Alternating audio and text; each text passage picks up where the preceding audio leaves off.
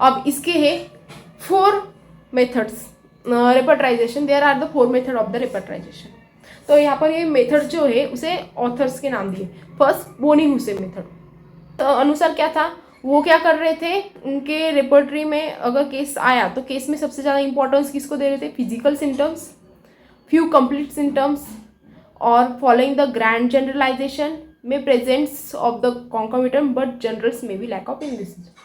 तो फर्स्ट मैंने बताया बोनी हुसैन का मेथड है इसमें, फिर बाद में केन का मेथड है, फिर बाद में बोगर का मेथड है, फिर बाद में बी के सरकार ने एक अपनी लेक्चर्स इन द होम्योपैथी में कुछ मेथड्स दिए हैं, उसके अनुसार वो एक्सप्लेन किए गए। अगर हमें क्वेश्चंस आया पेपर में, write the repertorization, definition of the repertorization and methods of the repertorization, तो हम पहले क्या करेंगे, डेफिनेशन लिखेंगे, डेफिनेशन के बाद थोड़ा सा इंट्रो दे देंगे, फिर बाद में मेथड्स के पूरे लिस्ट लिख लेंगे, फिर बाद में उसको एक्सप्लेन करेंगे। इस तरीके से हमारा ये मेथड्स का पॉइंट खत्म हो जाएगा। तो इसमें हमारा सबसे पहले डेफिनेशन हो गई है, उसके बाद मैंने थोड़ा सा इंट्रो बता दिया है आपको। अब हम देखेंगे मेथड्स में मैं first Boenninghausen one of the father of the repertory है, फिर उनकी जो रेपर्टरी उसे थोड़ा सा इवॉल्व या फिर थोड़ा सा इलेबोरेट करके किसने बताया, एच ए रॉबर्ट ने बताया। उनके हिसाब से उन्होंने क्या किया था, उन्होंने जो भी केसेस दिखे उनके टाइम में, जो भी वो केसेस उन्होंने किस बेसिस पर ट्रीट किए, on the basis of the particular symptoms plus complete symptom plus grand generalisation. और उनके जो केसेस थे उसमें जनरल सिम्टम्स को ज़्यादा इंपॉर्टेंस उन्होंने नहीं दिए।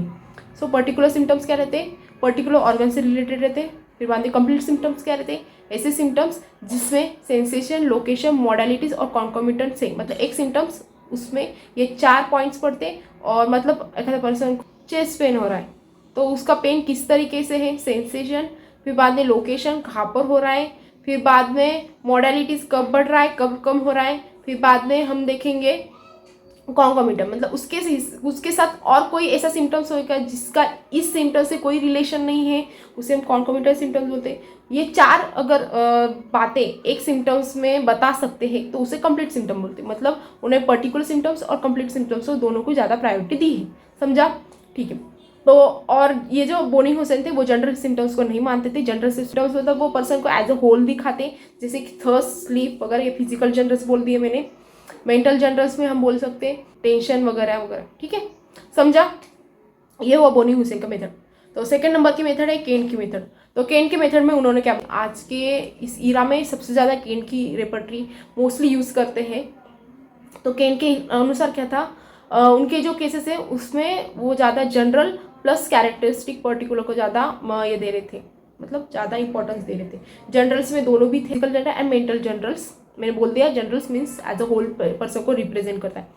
फिर बाद में कैरेक्टरिस्टिक पर्टिकुलर मतलब पर्टिकुलर ऑर्गन है, पर्टिकुलर ऑर्गन में उसके मोस्ट कैरेक्टरिस्टिक सिम्टम्स, उसे बोलते हैं कैरेक्टरिस्टिक पर्टिकुलर सिम्टम्स, ठीक है। इन दोनों को उन्होंने सबसे ज़्यादा इंपॉर्टेंस दी थी। ये था केन का मेथड, ठीक है। फिर बाद में अब आता है बोगर का। उन्होंने सबसे ज़्यादा पैथोलॉजिकल ज़्यादा फोकस किया है, तो उनके अनुसार उन्होंने सबसे ज़्यादा इंपॉर्टेंस दी है पैथोलॉजिकल जनरल्स को। फिर बाद में उन्होंने सब इंपॉर्टेंस और किसी को दिए, कॉजेटिव फैक्टर्स, फिर बाद में मॉडलिटीज को दिए, पर्टिकुलर्स विद द कॉन्कोमिटेंट्स। ये जो सिम्टम्स है ये अगर वो केस में दिख रहे हैं तुमको सबसे ज़्यादा एज कम्पेयर टू अदर के जो भी सिम्टम्स है उससे, तो आप बोगर्स की मेथड यूज़ कर सकते हैं, ठीक है।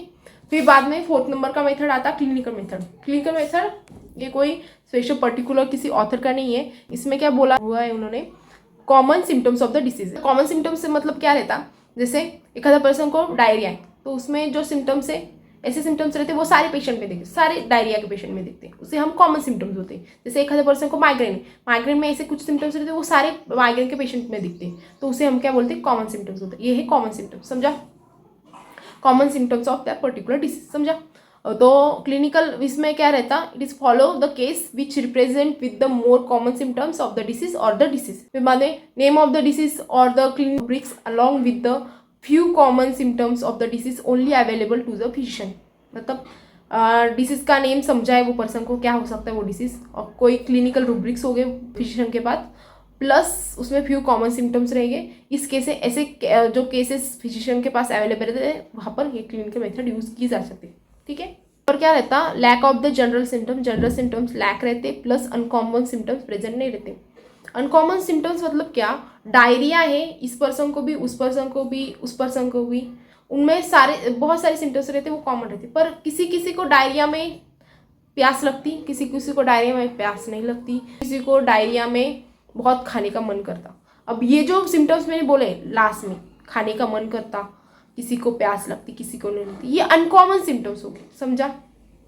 ठीक है, तो ऐसे क्लिनिकल मेथड में क्या आता, common symptoms of the disease और द डिसीज, इस तरीके के केसेस हो गए तो आप क्लिनिकल मेथड यूज कर सकते हैं। उसमें lack of the general and uncommon symptoms रहते, समझा? ओके, तो in such a case any repertory covering the maximum symptoms of these cases can be used, be it systemic or the clinical repertory।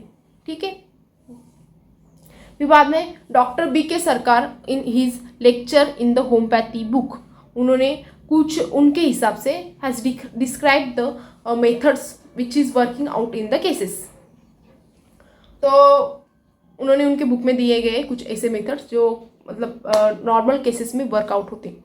तो उन्होंने बस बोला है कि हैनेमेनियन या फिर बोनी हुसैन मेथड, उसमें कंप्लीट सिम्टम्स अवेलेबल रहते, तो वहाँ पर आप ये मेथड यूज़ कर सकते हैं।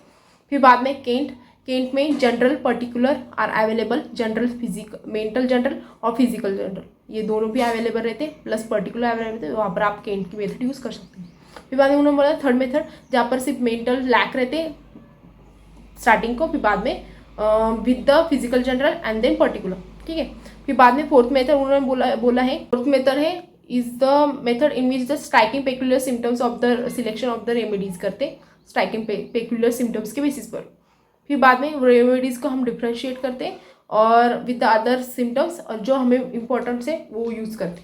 फिफ्थ मेथड बताइए, case present only with the common symptoms और पैथोलॉजी, तो वहाँ पर हम फिफ्थ मेथड यूज़ कर सकते हैं। मतलब फिफ्थ जो मेथड से वहाँ पर मैंने आपको बताया मोस्टली वहाँ पर common symptoms and the pathology present, वहाँ पर नहीं क्या फिजिशियन को कुछ ध्यान देना पड़ता, कुछ केसेस के अंदर क्या ध्यान देना पड़ता, हिस्ट्री प्रॉपर लेनी चाहिए, पर्सनल और फैमिली हिस्ट्री, बाद में उनका टेम्परामेंट, बाद में उनका कॉम्प्लेक्शन, कलर, उनकी सारी चीज़ें पर हमारा ऑब्जर्वेशन करेक्ट रहना चाहिए, क्योंकि वहाँ पर हमें कॉमन सिम्टम्स और पैथोलॉजी दिख रही, अदर कुछ भी नहीं मिल रहा। और हमारे होम्योपैथी में इंडिविजुअलाइजेशन के बेसिस पर हम क्या करते हैं, उन्हें रेमेडीज देते हैं। हमें इंडिविजुअलाइज करने के लिए कुछ कैरेक्टरिस्टिक पर्टिकुलर सिम्टम्स चाहिए रहते, इसलिए ये सारे हिस्ट्री वगैरह ये सारे ऑब्जर्वेशन करना जरूरी रहता, समझा?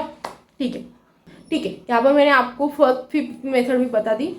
तो ये सारे methods are describe above have its own advantage as well as disadvantage, it is based on your choice, on your experience, which remedy you are going to prescribe, which method you are going to use, which repertory you are going to use.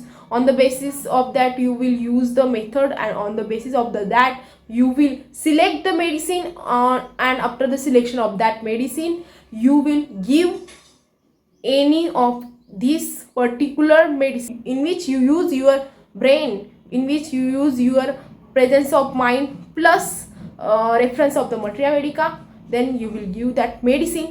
and अगर वो medicine कुछ use पर नहीं आई, अगर आपको लगा कि कुछ अलग सिम्टम्स दिख रहे, तो आपने जो सेकेंड प्रायोरिटाइज की हुई जो मेडिसिन थी वो आप सेकेंड प्रिस्क्रिप्शन में दे सकते हैं।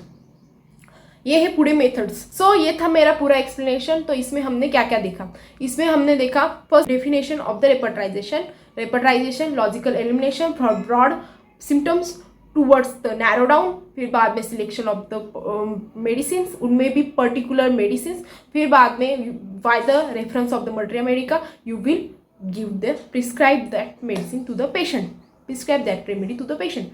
ये पूरा मेथड जो भी है, ये जो पूरी जो प्रोसेस है उसे हम बोलते हैं रेपर्टाइजेशन। रेपर्टाइजेशन में भी अलग अलग रेपर्टाइजेशन के लिए हमें रेपर्टरी की बुक लगती, डिफरेंट ऑथर के डिफरेंट रेपर्टरीज है, डिफरेंट रेपर्टरीज डिफरेंट फिलोसॉफी पर बेस है वो पर्टिकुलर ऑथर्स के। तो according to the types of the symptoms we use that repertory, after that using that repertory we select the medicine and then give that to the patient. ठीक है, repertory use करेंगे, repertory के बाद उसकी methods use करेंगे, उसके बाद medicine select करेंगे, मेडिसिन को भी एक बार रेफरेंस में मटेरिया मेडिका का रेफरेंस लेंगे, फिर बाद में पेशेंट को देंगे। ये हो गया पूरा।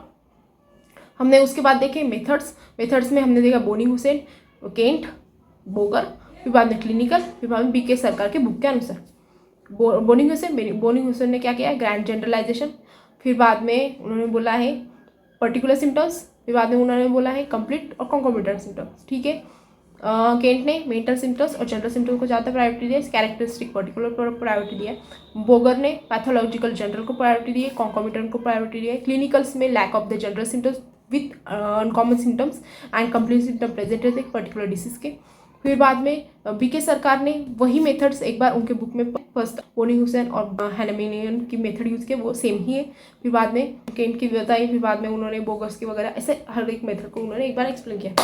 आई होप आपको ये पूरा वीडियो समझा होगा। मैंने आपको यहाँ पर पूरे मेथड्स ऑफ द रिपर्टराइजेशन और पूरा एक्सप्लेनेशन दे दिया है। अगर आपको नहीं समझा, आप मुझे कुछ भी डाउट होगा वो पूछ सकते कमेंट सेक्शन में। और आज के लिए बस इतना ही, बाय।